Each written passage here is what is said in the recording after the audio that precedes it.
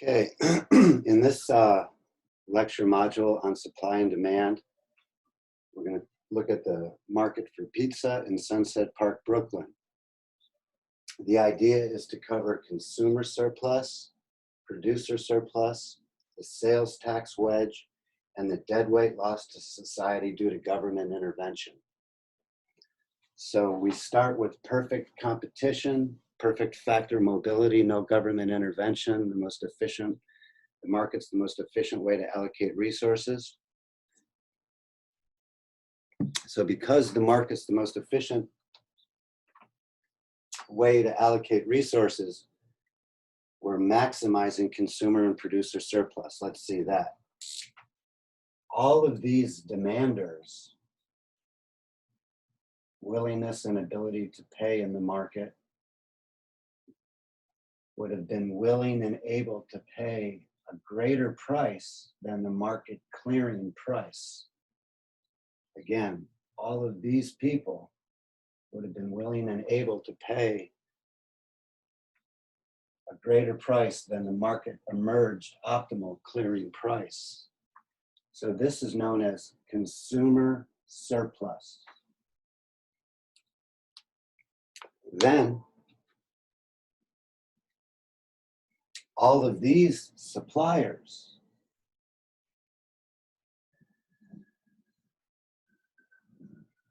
would have been willing and able to supply at a lower price than the market clearing price.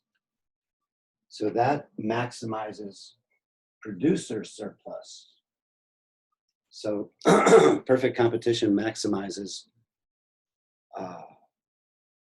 consumer surplus and producer surplus.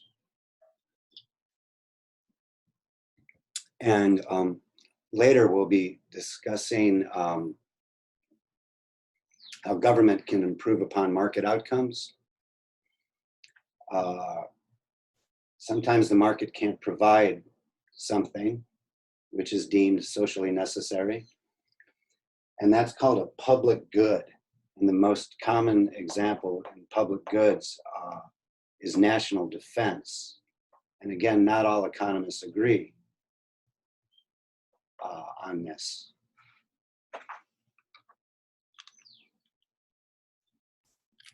For example, the radical economist Hans Hermann Hoppe believes that national defense is a myth. But we'll look at public goods later in the semester when we get to that point. And we've recorded a Hardfire TV show on public goods. It's available in draft on YouTube, but because of the lockdown, I haven't been able to edit it, but it still is a good discussion on the topic, and we'll be looking at that again later. So then governments need revenues in order to pay for these public goods. And for example, let's say in New York City, parks are a public good, have been deemed a public good, even though they're excludable and divisible, so they could be provided privately. But we'll talk about that when we get to public goods. So in New York City, New York, it was so great that we get our sales tax is very high compared to other cities. So what a sales tax is here, this is called a tax wedge, sales tax wedge.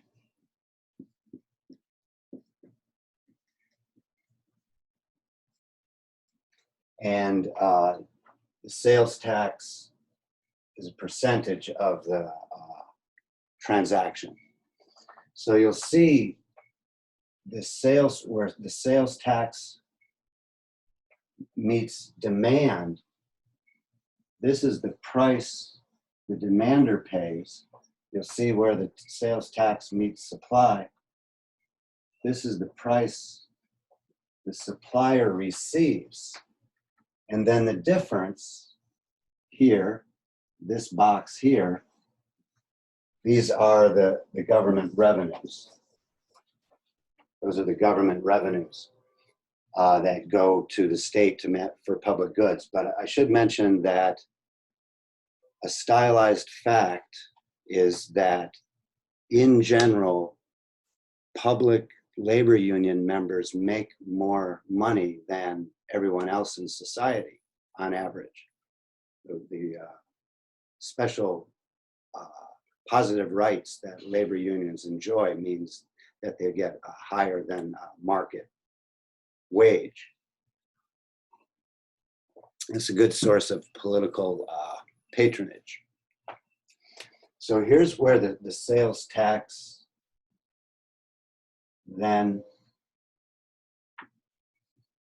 reduces the quantity transacted. And you'll see that this consumer surplus is lost and this producer surplus is lost. That loss, that triangle here, this is the deadweight loss due to government intervention.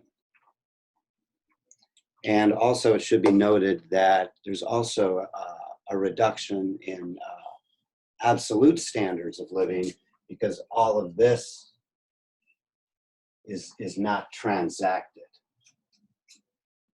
So that completes our module on consumer surplus, producer surplus, sales tax wedge, and deadweight loss to society due to government intervention.